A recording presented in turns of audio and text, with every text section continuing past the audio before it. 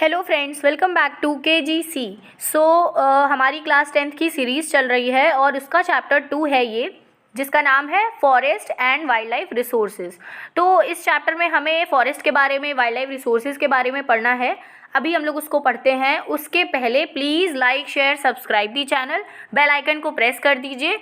और okay, let's start. तो सबसे पहले हमें पढ़ना है flora and fauna in India. तो हमारे इंडिया में फ्लोरा एंड फौना, फ्लोरा मतलब प्लांट स्पीशी और फौना मतलब एनिमल स्पीशी, इसकी बहुत वैरायटी अवेलेबल है। ठीक है, तो India is a diverse country because of its flora and fauna is the main reason. Okay, flora and fauna भी एक रीज़न है क्योंकि इंडिया बहुत डाइवर्स कंट्री है और बहुत डाइवर्सिटी है फ्लोरा एंड फौना की इंडिया में। ओके, सो हमने देखा कि इंडिया में बहुत डाइवर्सिटी है, लेकिन ये फ्लोरा एंड फौना कैसे क्लासिफाइड होते हैं। ठीक है, फ्लोरा मतलब प्लांट स्पीसीज़ और फौना मतलब एनिमल स्पीसीज़। तो बहुत सारे ऐसे भी स्पीसीज़ हैं ना जो कि इंडेंजर्ड हो गए हैं, जो कि वेलनरेबल हैं, जो कि एक्सटिंक्ट हो गए हैं। ठीक है, जो कि नॉर्मल है। तो ये कैसे क्लासिफाइड है? ये क्लासिफाइड है by the status of IUCN। ठीक है, तो हम लोग उसको देखते हैं कि IUCN स्टेटस क्या है। So let us now understand the different categories of existing plants and animal species। क्या different categories हैं? तो IUCN का full form है International Union for Conservation of Nature and Natural Resources। ठीक है, तो ये है full form, याद रखो ना रखो doesn't matter। तो इसकी species क्या है हम लोग उसको देखते हैं। पहला है normal species। normal species क्या होती है? normal वो होती है जो normally available है, जो हर जगह हमें मिल जाती है, लाइक काऊ, बफेलो। ठीक है, और एनिमल्स में जो भी है, डॉग्स की स्पीसीज़ हो गई। ठीक है, तो ये नॉर्मल स्पीसीज़ हो गई। इसके एग्जांपल्स आपकी बुक में दिए हुए हैं। एग्जाम्पल्स में इन्होंने दिया है कैटल, साल, पाइन, रोडेंट्स। ठीक है, तो कैटल एनिमल्स हो गए, साल एक ट्री है डेसिडियस फॉरेस्ट का, pine is also a tree, and rodents micro organism होते हैं। रोडेंट्स आपने सुना होगा कि जो क्या होते हैं, माइक्रो ऑर्गेनिज्म होते हैं जो क्या करते हैं कि मॉलिक्यूल्स को, कॉम्प्लेक्स मॉलिक्यूल्स को स्मॉलर मॉलिक्यूल्स में तोड़ते हैं। These are rodents. ओके, अब आता है इंडेंजर्ड स्पीसीज। तो ये इंडेंजर्ड स्पीसीज क्या होते हैं? ये स्पीसीज वो स्पीसीज हैं जो डेंजर की एक्सटिंक्शन में है, मतलब एक्सटिंक्शन हो सकता है इनका, ये एकदम ख़त्म हो सकते हैं। ठीक है, तो ये है इन डेंजर है। अगर इनको नेगेटिव फैक्टर्स अटैक करते रहेंगे तो इनका पॉपुलेशन एक दिन डिक्लाइन होते होते ज़ीरो हो जाएगा, मतलब ये एक दिन दिखेंगे ही नहीं। ठीक है, तो इसमें एग्जाम्पल दिया है lion tailed macaque, okay, Sangai, Indian wild ass, ये कुछ एग्जाम्पल्स हैं। ब्लैक बक, ओके, क्रोकोडाइल, ये भी। ठीक है, तो ये इंडेंजर्ड स्पीसीज हैं। होता क्या है कि आप इनकी पोचिंग कर रहे हो। पोचिंग मीन्स इलीगल हंटिंग कर रहे हो इन एनिमल्स की।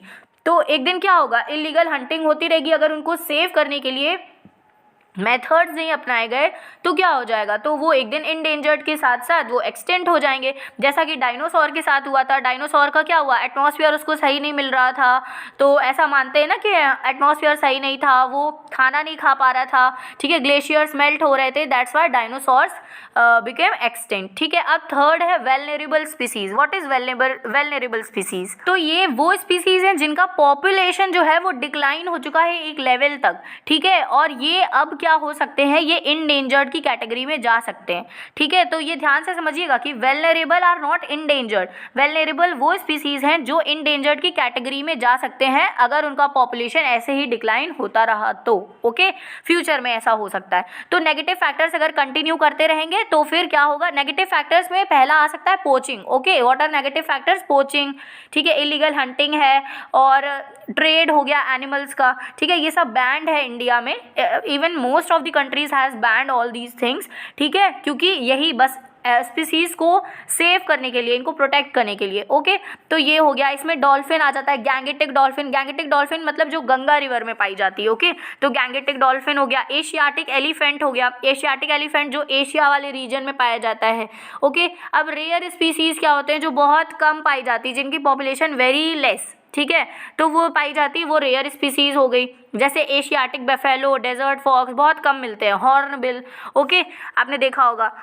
और अब आते हैं एंडेमिक स्पीसीज़। तो ये एंडेमिक स्पीसीज़ वो स्पीसीज़ हैं जो किसी एक पर्टिकुलर एरिया में ही पाए जाते हैं, इसके अलावा कहीं नहीं पाए जाएंगे, ठीक है। तो ये एंडेमिक स्पीसीज़ हैं, जैसे कि अंडमान टील। तो अंडमान टील नाम से ही पता चल रहा है कि ये टील तो एक एनिमल होता है, ठीक है, सी एनिमल, मरीन एनिमल होता है, और ये कहाँ पाया जाता है? अंडमान में, यानी अंडमान निकोबार के एरियाज़ में पाया जाता है, अंडमान वाले आइलैंड्स में पाया जाता होगा, ठीक है। अब लास्ट आता है एक्सटिंक्ट स्पीसीज़। तो एक्सटिंक्ट स्पीसीज़ वो स्पीसीज़ होते हैं जो खत्म हो चुके हैं और अब वो दिखते नहीं हैं दूर दूर तक, ठीक है। तो ये स्पीसीज़ एक्सटिंक्ट है। इसमें पहला एग्जाम्पल है एशियाटिक चीता, जो आपको आपकी स्क्रीन पे नज़र आ रहा होगा, ठीक है। एशियाटिक चीता क्या है?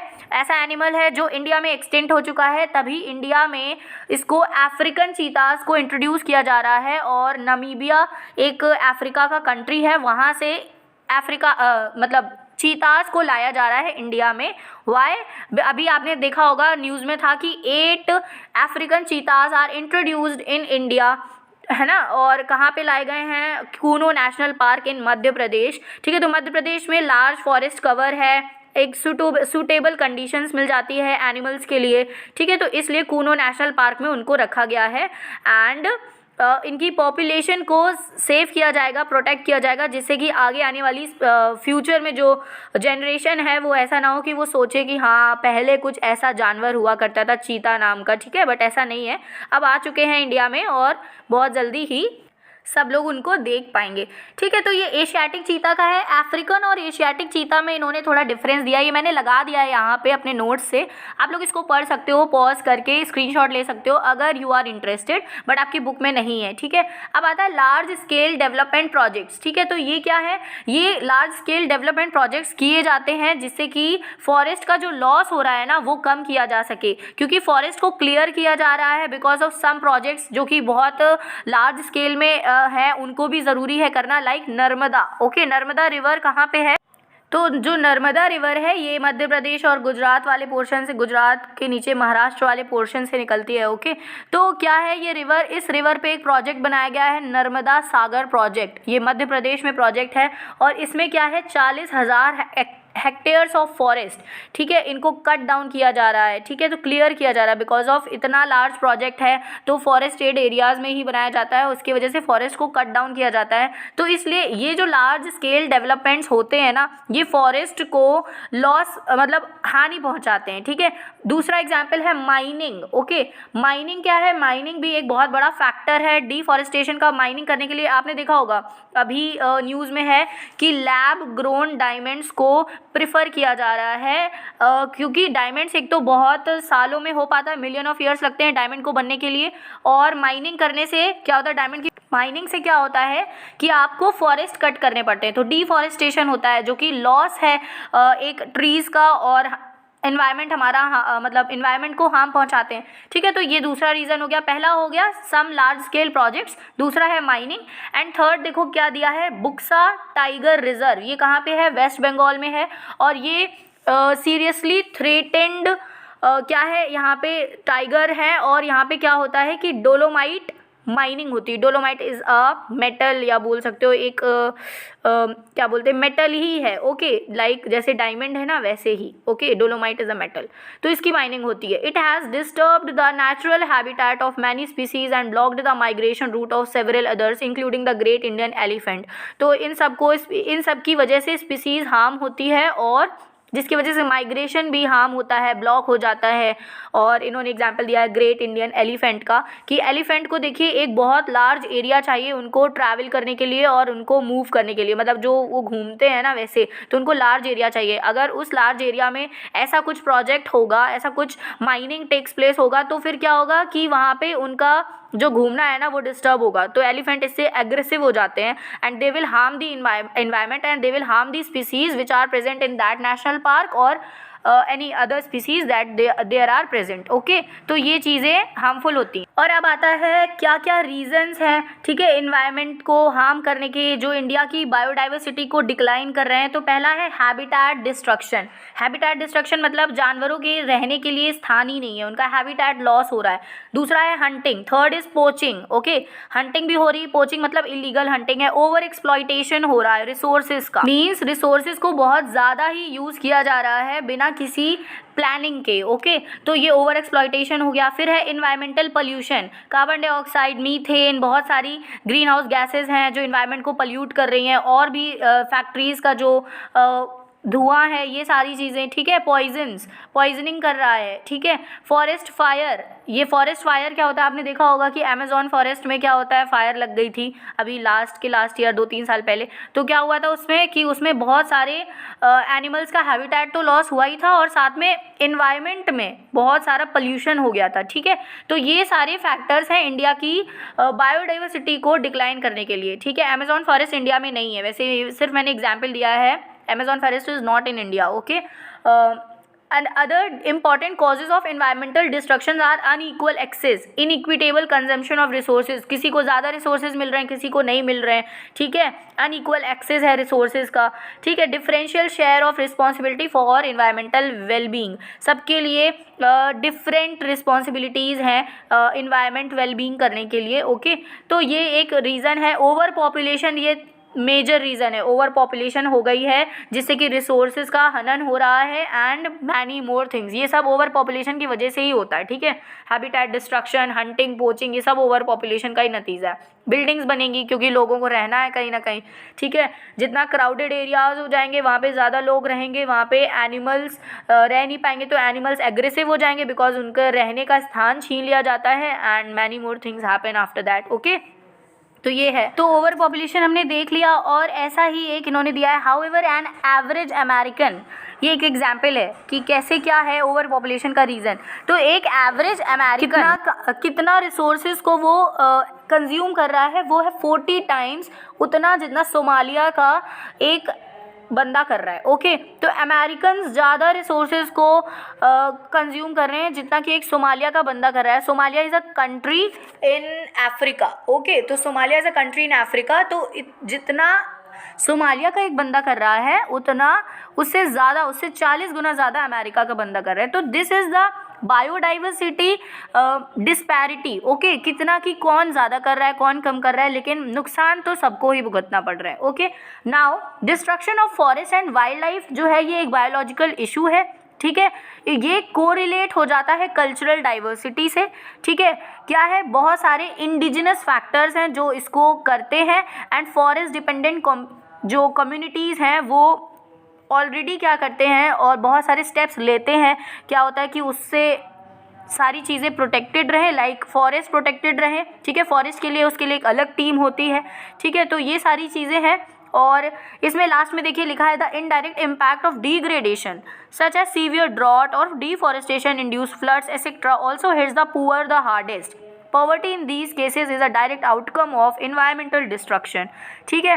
तो होता क्या है कि कोई भी अगर इन्वायरमेंटल डिस्ट्रक्शन कर रहा है, वेदर दे आर रिच और पुअर, इससे मतलब नहीं है। मतलब इससे है कि जब भी इन्वायरमेंटल डिस्ट्रक्शन होता है तो जो उसका इम्पैक्ट है, जो कि हार्मफुल इम्पैक्ट है, लाइक फ्लड्स आना, ठीक है। डिफॉरेस्टेशन की वजह से फ्लड्स आते हैं, ड्रॉट होता है, ड्रॉट मतलब सूखा पड़ जाना। तो इससे क्या होता है, इससे सबसे ज़्यादा इफेक्ट किसको पहुंचता है, सबसे ज़्यादा अफेक्टेड कौन है इससे, वो है poor, okay. The poor are the hardest affected one, okay. तो सबसे ज़्यादा इफेक्ट इनको होता है और इतना रिच लोगों को इफेक्ट नहीं होता because they have their resources, okay. They have their resources with them, but poor क्या है, जो ऑलरेडी कनेक्टेड है नेचुरल रिसोर्सेज से, उसको सबसे ज़्यादा हार्म हो रहा है। And that is the main cause of poverty in India as well as in some countries like Africa. तो अफ्रीका में इतने सारे नेचुरल रिसोर्सेज हैं, but what about those people who are tribal and they do not get even sufficient conditions for living, they do not get nutrients, they are living in very bad conditions. इतना गंदगी में वो लोग रहते हैं। आपने देखा होगा इंस्टाग्राम वगैरह पे कि कैसे जो सोमालिया और ये सब कुछ कंट्रीज़ हैं अफ्रीका के, तो वो बहुत ज़्यादा ही बुरी कंडीशंस में रह रहे हैं, ठीक है। तो ये बहुत एक मेजर रीज़न है वाई दिस हैपन्स, बिकॉज कि एक तो बायोडाइवर्सिटी डिस्ट्रक्शन इतना है और फिर उसके बाद रिच लोगों को इतना इफेक्ट नहीं पहुंचता है जितना पुअर को पहुंचता है।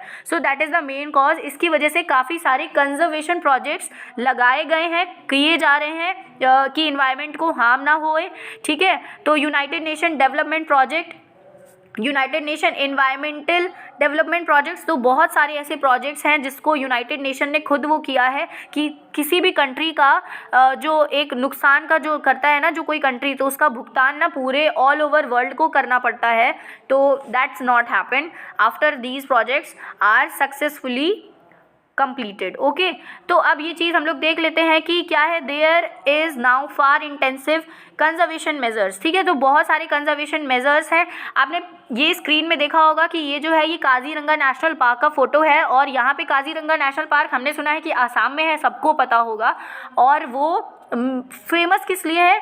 राइनोसेरस के लिए। बट क्या सिर्फ राइनोसेरस की स्पीशीज़ वहाँ रह रही है? नो, बहुत सारी स्पीशीज़ और भी हैं लाइक डियर। तो आपने स्क्रीन पे देखा होगा कि वहाँ पे डियर स्पीशीज़ भी प्रेजेंट है। तो is the Kaziranga national park famous for rhinoceros only? No, major of the species of another animals are also present there, ठीक है। अब आता है अनक्लास्ड फॉरेस्ट। तो ये क्या है? ये जो फॉरेस्ट हैं ये वेस्ट लैंड से होते हैं, मतलब ये है क्या? These are other forest and waste land belonging to the both government and private individuals and communities. जो कोई उसको ओन कर रहा है, होल्ड कर रहा है, ये रिसोर्सेज में हम लोगों ने फर्स्ट चैप्टर में पढ़ा था। ओके, तो रिजर्व्ड एंड प्रोटेक्टेड फॉरेस्ट ये सारे जो होते हैं ना ये अनक्लास्ड में आ जाते हैं, ठीक है, क्योंकि इनको प्रोटेक्टेड है, प्रोटेक्ट किया जा रहा है, गवर्नमेंट कर रही है या कोई कम्युनिटी कर रही है या वहाँ की कोई ट्राइबल कम्युनिटी कर रही है, that is the another cause. But ये अनक्लास्ड में आते हैं, ठीक है। इसके एग्जाम्पल्स दिए हैं, I am not reading that examples because बहुत सारे एग्जाम्पल्स हैं, किसी एक को पढ़ने से क्या ही है। तो एक इसमें एक चीज़ है कि Bhairodev Dakav Sonchuri declare own set of rules and regulations which do not allow hunting. तो ये देखिए किसी एक पर्टिकुलर कम्युनिटी का कोई एक रिजर्व्ड फॉरेस्ट है, तो और वो उसको मना कर रहे हैं कि यहाँ पे आप हंटिंग नहीं कर सकते हो, यहाँ पे हम लोग देख रहे हैं। तो ऐसे बहुत सारे कम्युनिटीज़ जो हैं जो खुद ही प्रोटेक्ट करती, बिकॉज वो फॉरेस्ट से अटैच्ड है, उनसे उनका काम चल रहा है, उनसे उनको वुड मिल रही है, उनसे उनको मेडिसिन्स मिल रही हैं and many more things they get from their forest. तो वो उनको भगवान की तरह पूजते हैं, दैट इज़ वाई वो उनको हार्म पहुंचाने नहीं देते। तो एक community, whether it is a government और एनी प्राइवेट कम्युनिटी और एनी ट्राइबल कम्युनिटी, आपने देखा होगा north eastern part of India जो है वहाँ पे मिज़ोरम, मणिपुर, अरुणाचल प्रदेश, वहाँ पे बहुत सारी ट्राइबल कम्युनिटीज़ रहती हैं और वो खुद ही अपने फॉरेस्ट को प्रोटेक्ट करती हैं। गवर्नमेंट तो करती ही है, लेकिन वो खुद ही इतना सारी चीज़ों को देखती हैं कि अरे नहीं, ऐसे कोई भी काट के नहीं जा सकता फॉरेस्ट को। So this is the main cause कि ऐसे अगर कम्युनिटीज़ ही प्रोटेक्ट करेंगी ना तो that will give the bigger effect, ठीक है, इन conservation of resources even in the forest conservation. Okay, तो अब ये मूवमेंट एक हम लोग पढ़ते हैं, ये लास्ट स्लाइड है, ये है चिपको मूवमेंट, ठीक है। चिपको मूवमेंट क्या है? ये एक मूवमेंट था जो हिमालयाज़ रीजन में था, हिमालयाज़ रीजन में हुआ था और Sundarlal Bahuguna was the main leader of this movement, ठीक है। ये शायद आपकी बुक में नहीं दिया है, ठीक है। तो इसमें क्या था कि गवर्नमेंट के कुछ ऑफिशियल्स थे जो कि आके फॉरेस्ट को कट कर रहे थे, लेकिन वहाँ के फॉरेस्ट के जो लेडीज़ जिनका फॉरेस्ट से वुड और सारा उनको फॉसिल्स मिलता था, फॉसिल्स नहीं, जो फ्यूल्स उनको मिलता था फॉरेस्ट से, तो क्या होता है, तो वो उनको ये लगता है कि कैसे यार फॉरेस्ट अगर कट जाएंगे तो हम लोग कैसे जिएंगे, हम लोगों को खाना कहाँ से मिलेगा, ठीक है। तो वो आके क्या करते हैं, फॉरेस्ट के सामने खड़े हो जाते हैं और कहते हैं you will not cut the forest, if you want to do so please kill us. Okay, तो वो खुद कर देते हैं, खुद कहते हैं कि मुझे मार दो, फिर फॉरेस्ट को काट लेना, लेकिन हम काटने नहीं देंगे, ठीक है। तो ये एक मेजर रीज़न था, मेजर इम्पैक्ट डाला इसने एनवायरनमेंट कंजर्वेशन में। सिमिलरली बहुत सारे ऐसे आंदोलन हुए लाइक बीज बचाओ आंदोलन, ठीक है। ये टेहरी डैम के पास,